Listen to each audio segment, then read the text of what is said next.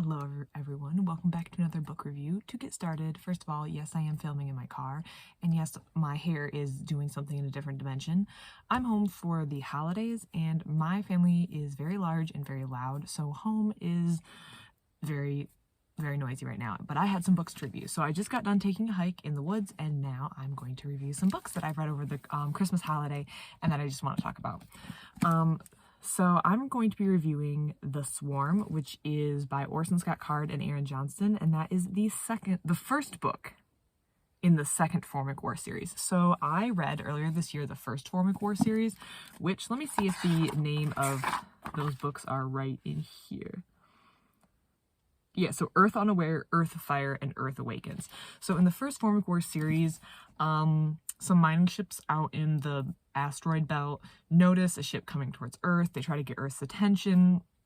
Earth doesn't really pay attention until it's too late. Turns out there's Formics, which are these big ant-like aliens. They're coming to Earth, and they immediately start destroying China. They land in China, and they start spraying this gas, this biohazard liquid, and they're going to start terraforming because it's very clear that they want to take over Earth, and they don't really view humans as an important life form. Ultimately, at the end of that first series, the First Formic War series, which is a 3-book series, one of the ships, let's say, a Formic ship comes into orbit. It winds up being destroyed. We have a couple heroes, Victor, I think his name Victor Delgado, Imala.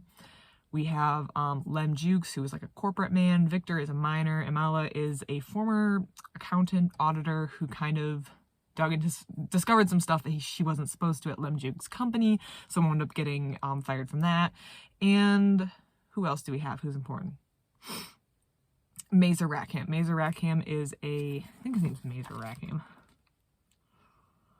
Mazer is his first name. He is a member of the New Zealand Special Forces. He winds up kind of saving the day in China. And Bingwen. Bingwen is kind of a child prodigy, and he's clearly going to become a child star. I should say that this series takes place about 100 years before Ender's Game, I believe is the timing. So this is still in the universe of Ender's Game. This is kind of describing how we got to the point as a society in which we were going to be comfortable using children soldiers and what was the origin of this enemy that we were fighting.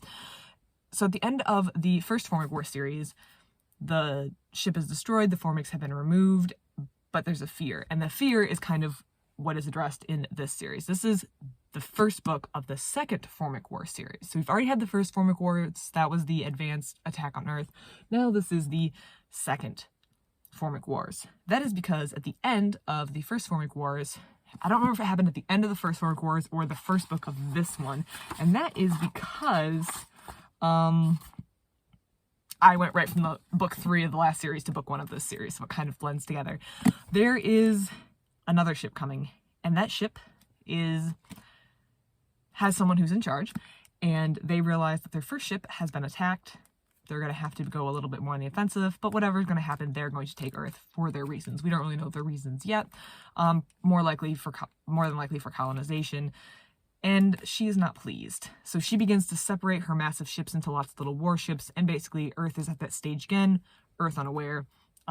Earth quickly becomes more aware this time around because now they're aware that there are these aliens out there. And basically we're going to get ready for assault number 2, except this time instead of one advanced ship that's kind of there to soften it up and get the planet ready, there's a lot of ships, hence The Swarm. I think the title, first of all, is really clever, just because a key feature of this book is whether or not the person in charge is a Hive queen. That's the name they use. There is a scientist in here, a bioscientist / Buddhist adherent named Wila, W-I-L-A. I'm not sure if I'm saying that name correctly. She has proposed this theory that the person leading the Formics is a Hive queen, kind of like maybe the queen of a beehive, because the Formics seem to all respond instantaneously to commands.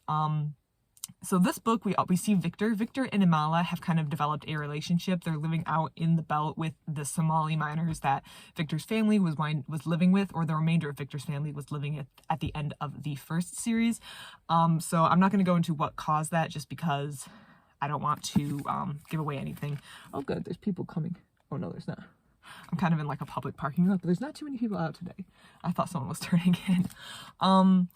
Victor and Imala are out there. Between this first series and the second series, there's clearly a relationship, a romantic relationship that's been developed off screen, and they're now planning to get married. Mazer is no longer with the New Zealand military. He has joined the IF. Now, the IF is International Fleet. Basically, Earth has kind of become combined into one master political system. There are still individual countries, but it's all led by the hegemon, and he's Yuko Jukes, who used to lead the company that Lem Jukes is now in charge of. We also have Lem Jukes in here, the corporate man who is, trying to figure out a way to keep his company safe, kind of keep ahead of his father's tricks and plans, and also keep humanity safe above all. So this is just the first introduction, or this book is more about introducing the problem, kind of some things that we're going to have to deal with. There's some suspicious stuff going on in the asteroids they're going to have to figure out. And basically, as you can probably guess, the problem is bigger than what they think it is.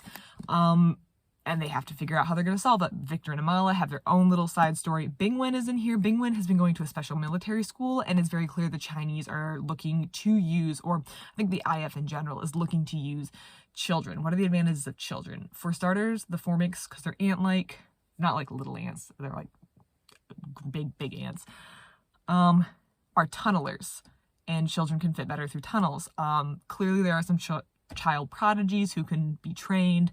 Bingwen's among them. Bingwen is kind of put to the test in this book. We really see him in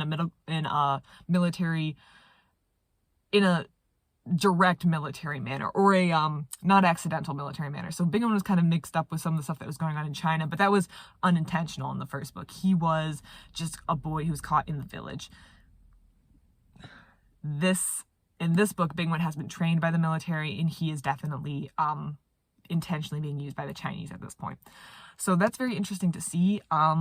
And we also kind of get a flavor of like, okay, I'm seeing the things that lead up to the stuff I see in Ender's Game. Overall, I gave this book a 4-star review. Obviously, if you have not read for the First Formic War series, I would definitely recommend starting there. 3 books. I think I rated all the ones in the First Formic War series 4 stars. I find them really excellent books. I like the story. I like the prose of it. I really, as I've mentioned in my previous reviews, I don't know what the split is between Orson Scott Card and Aaron Johnston. I don't know if Orson Scott Card kind of just directs where he wants the overall story to go, and Aaron Johnston kind of reads it. I say that because it kind of reads in the same way as though I were like watching a TV show. It reads very fast. The other series that I find similarities to in just the style of writing and how quick I can read it and how enjoyable it is, almost like a TV show, is the Expanse series by James S.A. Corey, which is another series I'm currently reading. I find a lot of similarities in writing style, and I know that Aaron Johnston, well, I say I know, I think he does screen, he has something with TV, maybe I'm wrong, maybe I'm just pulling this out of thin air, but I find a lot of similarities between the writing styles, and that's where I wonder how much Aaron Johnston does for the writing versus Orson Scott Card. Obviously his name is in big letters at the top. As I've heard it said, when the author's name is bigger than the title, that's when you know the author's kind of famous. If Orson Scott Card wasn't famous, it'd just be down here and the swarm would be up here. I thought this was a really good book. I'm looking forward to reading 2 and 3. I don't think 3 is out yet, actually. 2 is the Hive, so I like how they are keeping with the Hive Queen, whose presence is or is not confirmed in this book. Well, number 2, the Hive. I'm going to leave that up to you to figure that one out. They don't really make it too secretive, but yeah, I'm really looking forward to reading book 2, which is The Hive, and that one came out in 2019, I believe, and then the third one is just been released or has not yet been released. I'm going to have to look it up, but either way, I'm really interested in reading this series, and I would highly recommend this series. Again, read the First Formic War series if you haven't read that one yet. Otherwise, get your hands on this. If you have read the first series, I'd recommend this series too, this follow-up one. I think is really good, and as of my opinion of the first book, the writing still holds up, and I'm really enjoying this. Has anyone else read the Second Formic War series? What do you think about this series? What do you think about, or what do you like better or worse from the first series? Are there any big complaints you have? I'm just really interested in hearing your opinion about this book. I love talking about sci-fi, so if you have any thoughts and opinions, please let me know. Other than that, everyone, have a great day.